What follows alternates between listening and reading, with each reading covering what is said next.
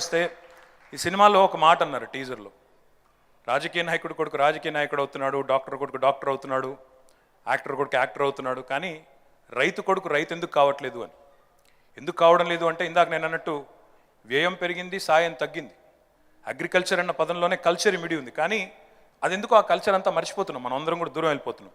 నిజంగా చెప్పాలంటే ఈరోజు మా నాన్నగారు ఒక ప్యాషనేట్ ఫార్మర్. ఆయన చీఫ్ మినిస్టర్ అనే విషయం పక్కన పెడితే ఒక రైతుగా వ్యవసాయం పట్ల ఆయనకి ఎంత మక్కువ ఉందో దగ్గర నుండి చూస్తున్న వ్యక్తిని నేను.